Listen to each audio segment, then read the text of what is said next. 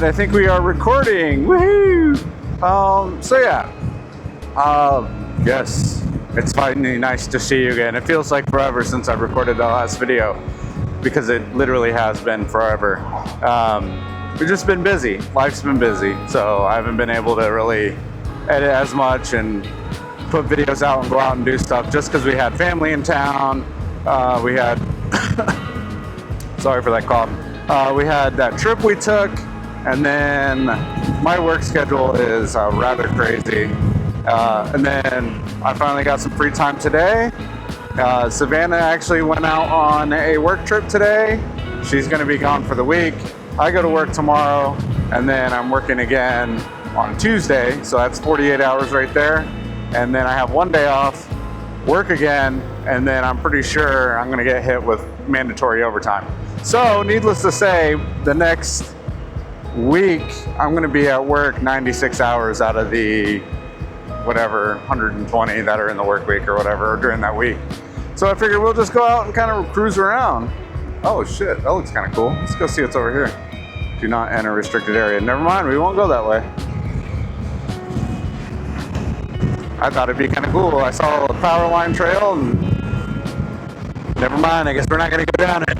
All right, well, I guess we'll cut in when we find something fun to ride. Hey, so I'm going to cut in here real quick with a little voiceover. Just a heads up, part of this video might feel a little bit disjointed. My camera was set to loop recording and ended up overwriting some of the clips that I had.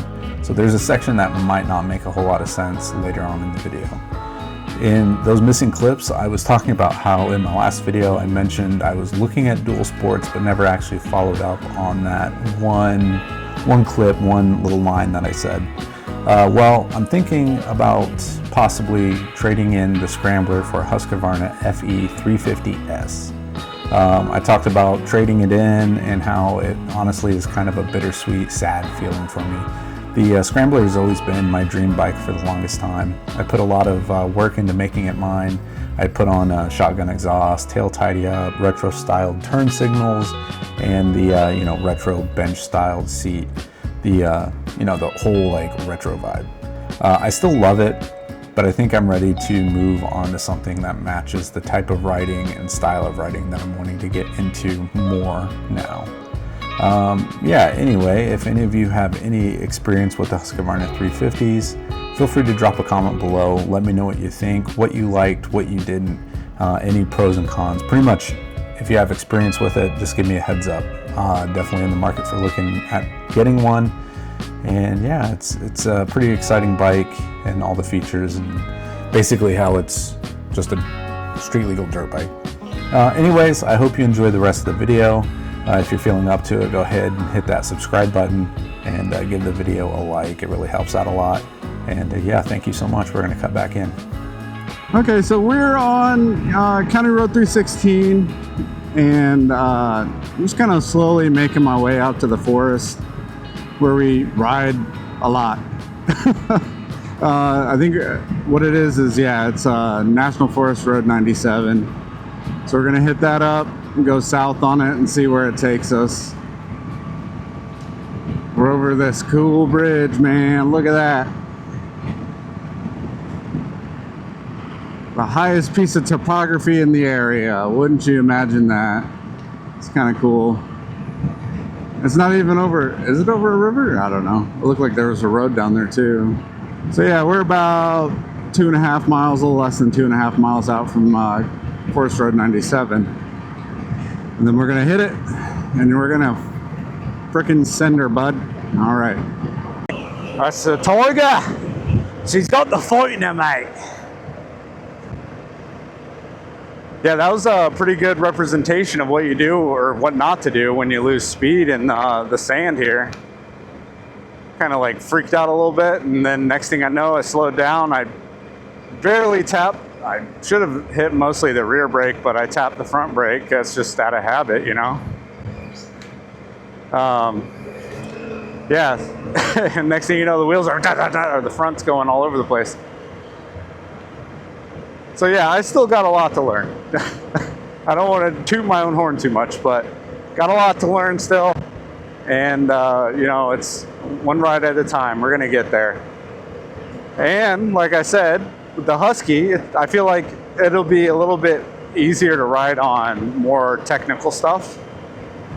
Because let's face it, you know, this is an adventure bike. Yeah, you can do technical stuff, right? But it's going to be a while before I'm probably at that. And I feel like it'll probably be a lot easier to learn on the Husky. Ooh. A lot easier to learn on the Husky versus this old girl. I mean, I love this bike. This is one of my favorite bikes. I never thought I would, you know, ride an adventure bike and then just immediately fall in love with it. But man, oh man, do I love this bike. Oh, what do we got there? Another trail, mate. Yeah, anyway, I also posted on there, I joined another Florida Adventure Motorcycle Riders Trail something page, and asked around for if anybody wanted to go riding or if anybody wanted friends. And there's a few guys in our area here that meet up on Saturdays and go riding. Unfortunately, this past Saturday, you know, I'm getting off shift and coming straight home. Also, it was the day before Savannah left for her work trip, so I didn't really want to go out and do anything. I kind of want to just spend time with her. But it also is cool because they do it every Saturday, and they get together around, I believe they said 7 o'clock. So on every third Saturday, basically, I'd be able to join in and go do some adventure riding with them, which I think would be a lot of fun to, you know, make those friendships and go out there and ride. Is there a gate on this? Hold up, mate. Is there a gate blocking the road? Oh no, it's just for a gas thing. Cool. Yeah, I'm pretty sure this is Highway 40. So we are about to meet up with our thoroughfare where we are going. Man, that was a fun little whip down the trail. Yeah, that's Highway 40. Sweet. All right. Cool. Yeah. Oh, look, that's that road we went on, and I got stuck. We're gonna put us in sport mode. Cool. We got ABS and traction control and everything going on. I got a text from Savannah. Just gonna let these guys go. I'm not trying to get ran over. We're gonna be good riders. She wasn't paying attention. She was on her phone. They're paying attention though. All right.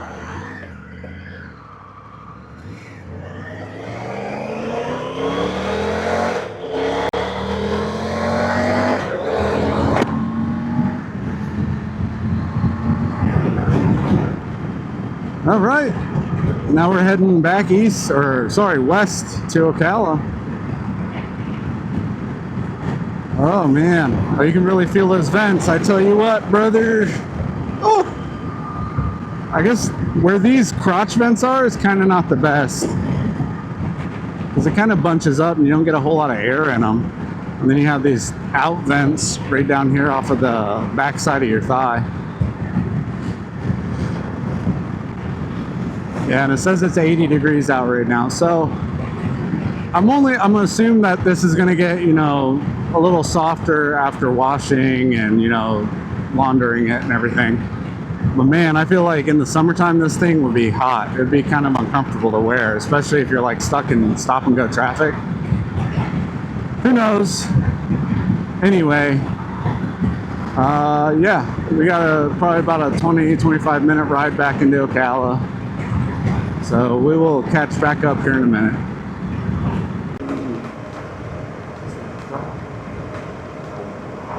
Yeah, I'm listening to Typo Negative. I don't know if you've ever listened to them, but give them a listen. Especially Black Number One, Little Miss Scare.